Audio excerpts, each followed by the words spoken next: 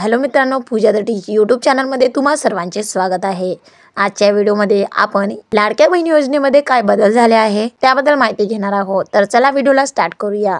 महाराष्ट्र शासनाची महत्त्वाकांक्षी लाडकी बहीण योजना सध्या राज्यभर चर्चेचा विषय बनला आहे। निवडणुकीच्या पार्श्वभूमीवर या योजनेत लाभार्थींना देण्यात येणाऱ्या रकमेत वाढ करण्याची घोषणा करण्यात आली असून सध्याच्या 1500 रुपयांऐवजी 2100 किंवा 3000 रुपये देण्याचे प्रस्तावित करण्यात आलेले आहे। मात्र या घोषणेसोबतच अनेक लाभार्थींसमोर नवीन आव्हाने उभी राहिली आहे। योजनेची वैशिष्ट्ये आणि अर्ज प्रक्रिया। लाडकी बहीण योजनेत सहभागी होण्यासाठी लाभार्थींना सोपी ऑनलाईन प्रक्रिया अवलंबावी लागते। ladkibaheen.maharashtra.gov.in या अधिकृत वेबसाईटवर प्रथम नोंदणी करावी लागते। या नोंदणीसाठी मोबाईल नंबर आवश्यक असून त्यानंतर प्राप्त होणारा पासवर्ड, मोबाईल नंबर आणि कॅप्चा कोड वापरून पोर्टलवर लॉग इन करावं लागते। या पोर्टलवर लाभार्थी आपल्या अर्जाची स्थिती, लाभाची माहिती आणि योजनेशी संबंधित इतर महत्त्वाचे तपशील पाहू शकतात। डीबीटी प्रणाली आणि आधार लिंकेज।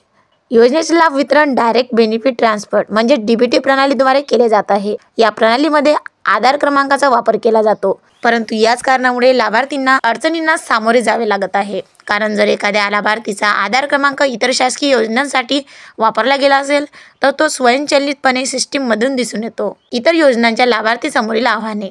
सध्या अनेक महिला ज्या इतर शासकीय योजनांचा लाभ घेत आहे त्यांच्यासमोर विशेष आव्हाने उभे राहिले आहे।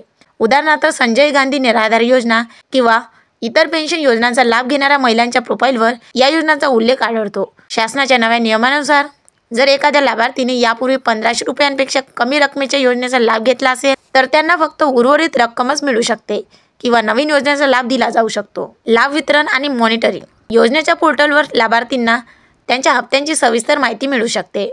यामध्ये हप्ते कधी जमा झाले, कोणत्या बँक खात्यात जमा झाले। पोर्टलवर लॉग इन केल्यानंतर डाव्या बाजूला असलेल्या मेनूमधून ही माहिती सहज पाहता येते। प्रत्येक हप्त्याची स्थिती अप्रूव्ड किंवा नो अशी दर्शवली जाते, ज्यामुळे लाभार्थींना त्यांच्या लाभाची सद्यस्थिती समजते। पुढील आव्हाने आणि उपाययोजना। सध्या अनेक लाभार्थींच्या प्रोफाईलवर इतर योजनांचा लाभ घेत असल्याचे दिसून येत आहे। यामुळे त्यांच्या लाडकी बहीण योजनेच्या लाभावर परिणाम होण्याची शक्यता आहे। शासनाने या समस्येवर तोडगा काढण्यासाठी पुढाकार घेणे आवश्यक आहे। विशेषतः ज्या महिलांना इतर योजनांमधून अत्यंत कमी रक्कम मिळते त्यांच्यासाठी विशेष धोरण आखणे गरजेचे आहे। लाडकी बहीण योजनेच्या यशस्वी अंमलबजावणीसाठी काही महत्त्वाच्या बाबींकडे लक्ष देणे आवश्यक आहे।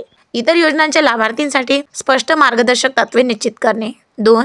डीबीटी प्रणाली सुधारणा करून दुहेरी लाभ टाळण्याची यंत्रणा विकसित करणे। 3. लाभार्थीच्या तक्रारींचे निराकरण करण्यासाठी प्रभावी यंत्रणा उभारणे। 4. योजनेच्या लाभासाठी पात्रता निकषांमध्ये आवश्यक ते बदल करणे।